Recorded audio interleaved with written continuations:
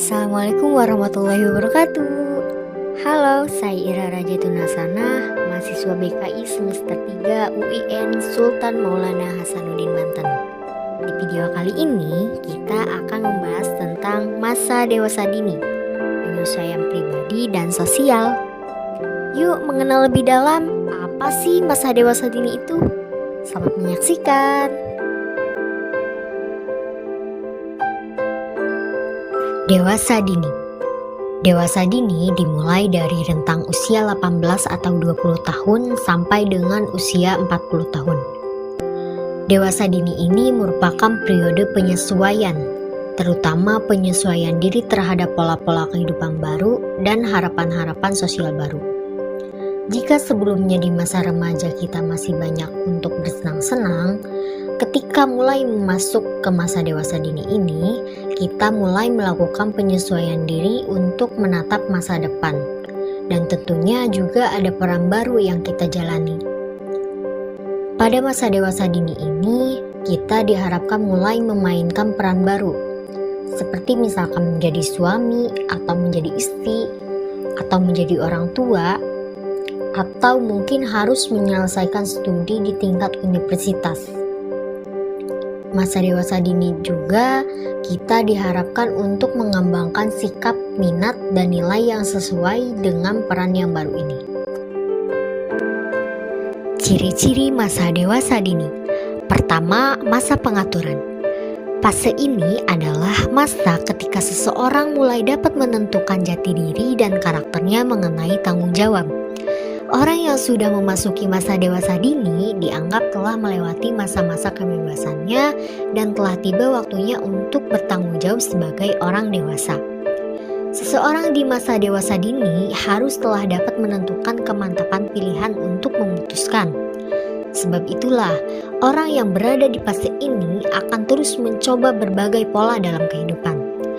Dan ketika ia sudah menemukan pola tersebut, ia akan mengembangkan pola-pola perilaku dan menetapkan sikap serta nilai-nilai yang dianutnya. Yang kedua adalah usia reproduksi. Selain perkembangan psikologi masa dewasa dini, ciri-ciri masa dewasa dini juga dianggap sebagai masa usia produktif yang ditandai dengan pembentukan rumah tangga. Yang ketiga adalah masa bermasalah. Fase dewasa dini merupakan tahap yang penuh dengan masalah. Sehingga jika ada orang yang kesulitan ketika memasuki tahap ini, maka dia akan mengalami kesulitan juga dalam menyelesaikan tahap perkembangannya dan akan sulit mematangkan pribadi serta karakternya. 4. Masa ketegangan emosional. Ketika seseorang berumur 20-an tahun atau sebelum 30-an, kondisi emosionalnya tidak terkendali. Ia cenderung labil, resah, dan mudah memberontak. Pada masa ini juga seseorang sangat bergelora dan mudah tegang. Ia juga khawatir dengan status pekerjaan yang belum tinggi dan posisi barunya sebagai orang tua. Namun, ketika seseorang telah berumur 30-an tahun, ia akan cenderung stabil dan tenang dalam emosi. 5. Keterasingan sosial. Berakhirnya pendidikan formal pada masa ini mengharuskan seseorang terjun ke dalam kehidupan orang dewasa. Pola tersebut adalah karir serta perkawinan yang merenggangkan kelompok teman-teman sebaya. Di masa ini, salah satu ciri masa dewasa dini adalah bahwa keterlibatan dalam kegiatan kelompok yang bertempat di luar rumah terus berkurang. Sebagai akibatnya, seseorang bisa saja mengalami keterasingan sosial atau keterpencilan sosial. 6. Masa komitmen. Sebagai seorang dewasa dini yang perannya berubah dari seorang pelajar dan tergantung menjadi orang dewasa yang mandiri, mereka akan membangun pola baru dari kehidupan, tanggung jawab baru, dan mengambil komitmen baru untuk diri mereka sendiri dan pasangannya. 7. Masa ketergantungan. Ciri-ciri masa dewasa dini ini adalah ketika ketergantungan di masa dewasa terus berlanjut. Bisa berupa ketergantungan kepada orang tua, lembaga tertentu seperti lembaga pendidikan, dan sebagainya. Ketergantungan ini akan terjadi jika pada masa remaja mereka tidak dilatih untuk berperan serta, mandiri, dan tanggung jawab. 8. Masa perubahan nilai.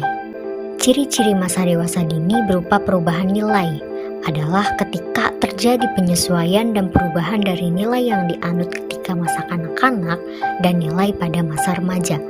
Dengan terjadinya perubahan nilai ini, seseorang pada masa dewasa dini akan memandang nilai-nilai tersebut secara berbeda dari pandangan orang dewasa. Perubahan pandangan akan nilai-nilai kehidupan terjadi karena pengalaman dan hubungan sosial yang semakin meluas seiring dengan pertambahan usia. 9. Masa penyesuaian diri. Fase dewasa dini adalah tahap kedewasaan yang paling banyak mengalami perubahan, termasuk dalam gaya hidup dan perkembangan kognitif pada dewasa awal. Yang paling menonjol adalah pada peran orang tua dan perkawinan yang dimasukinya tanpa persiapan sebelumnya. Sangat jarang orang menyiapkan diri untuk peran dan tahap baru dalam hidupnya, baik itu dari rumah ataupun persiapan dalam bidang pendidikan, sehingga banyak yang melalui perubahan ini dengan kurang lancar. Yang terakhir adalah masa kreatif. Kreativitas akan tergantung kepada minat dan kemampuan masing-masing individu yang tersalurkan lewat hobi atau pekerjaan. Namun, tidak semua bisa menyalurkan kreativitasnya pada tahap ini, karena banyak terhalang oleh pekerjaan rumah tangga, pekerjaan sehari, dan kesibukan lainnya. Permasalahan yang muncul pada masa dewasa dini. Pada usia 20 tahunan, biasanya kekhawatiran muncul disebabkan oleh masalah-masalah yang berhubungan dengan nilai-nilai moral dalam dating. Memasuki usia 30 tahunan, biasanya kekhawatiran muncul dalam hal-hal yang berhubungan dengan masalah keuangan. Masalah-masalah yang berhubungan dengan performance individu terjadi di usia 27 sampai 35 tahun. Dan memasuki usia 35 sampai akhir masa dewasa dini, kekhawatiran berpusat pada masalah-masalah kesehatan, meraih kesuksesan dalam karir, keamanan kerja, keharmonisan perkawinan, dan hubungan kekeluargaan. Ada 5 faktor yang dapat menunjukkan kedewasaan. Pertama, fisik. Secara fisik, usia, rangka tubuh, tinggi, dan lebarnya tubuh seseorang dapat menunjukkan sifat kedewasaan pada diri seseorang. Akan tetapi, segi fisik saja belum dapat menjamin ketepatan bagi seseorang untuk dapat dikatakan telah dewasa.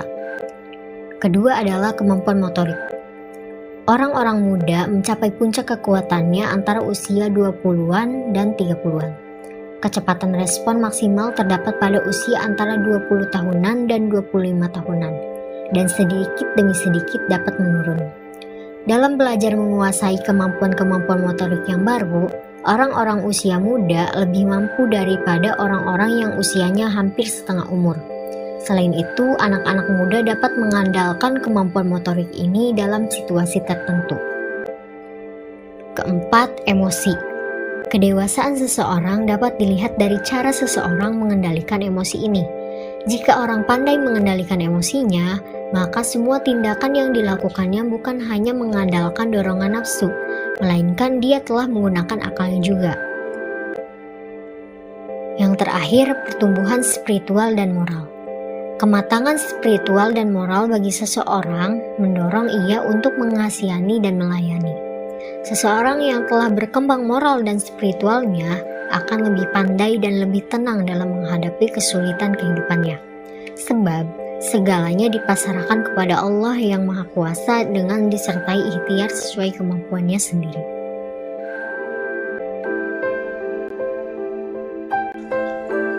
Tugas perkembangan masa dewasa dini.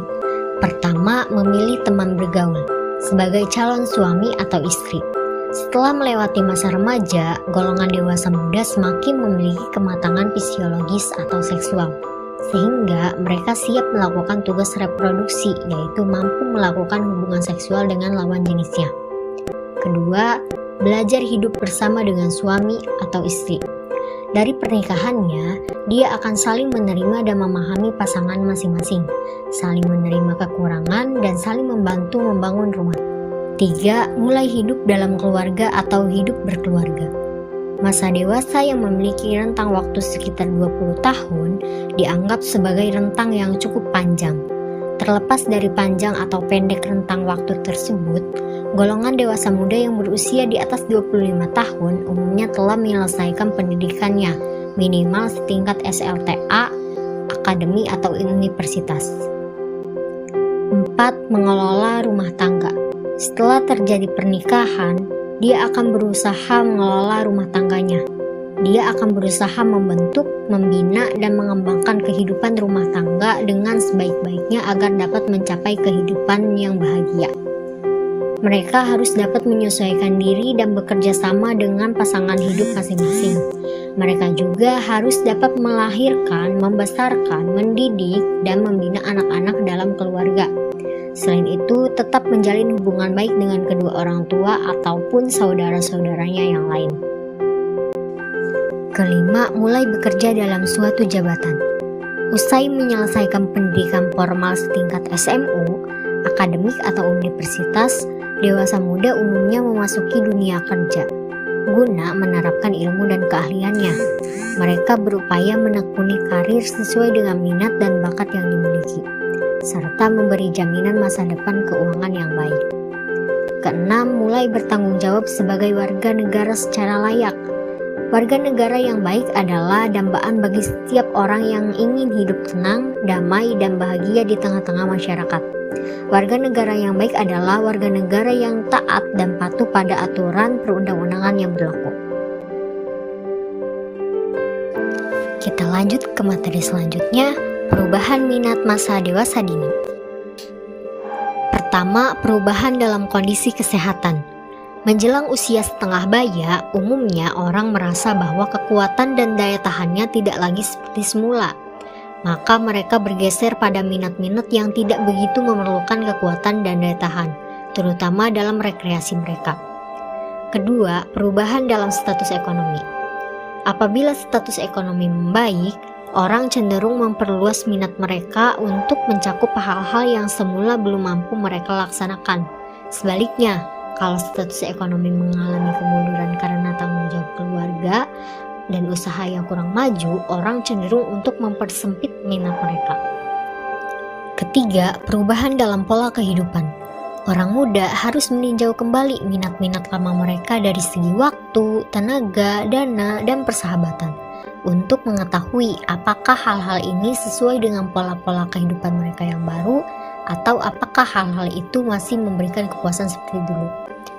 Keempat, perubahan dalam nilai. Nilai-nilai baru yang diperoleh seseorang mempengaruhi minat yang sudah ada atau dapat menumbuhkan minat baru. Yang terakhir, perubahan dalam seks. Pola kehidupan wanita dewasa sangat berbeda dengan pola kehidupan pria dewasa. Maka perbedaan minat berdasarkan seks menjadi semakin besar dibandingkan pada masa remaja. Selanjutnya, mobilitas sosial pada masa dewasa dini.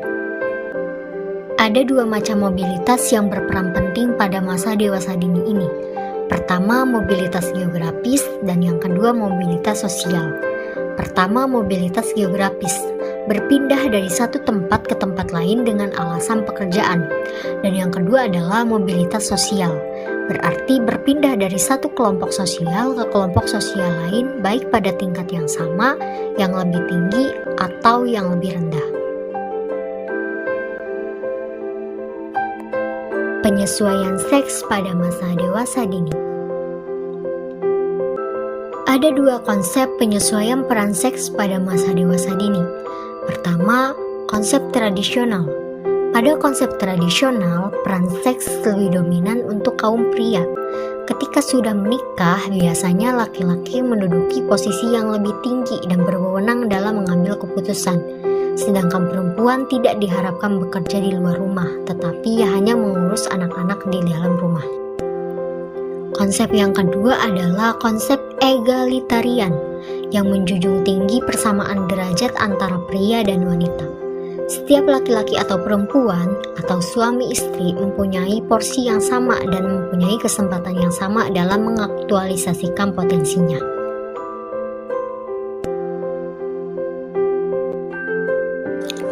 Nah, demikianlah video yang dapat disajikan. Semoga bermanfaat dan terima kasih telah menonton sampai akhir. Sampai bertemu di next video. video. Dadah!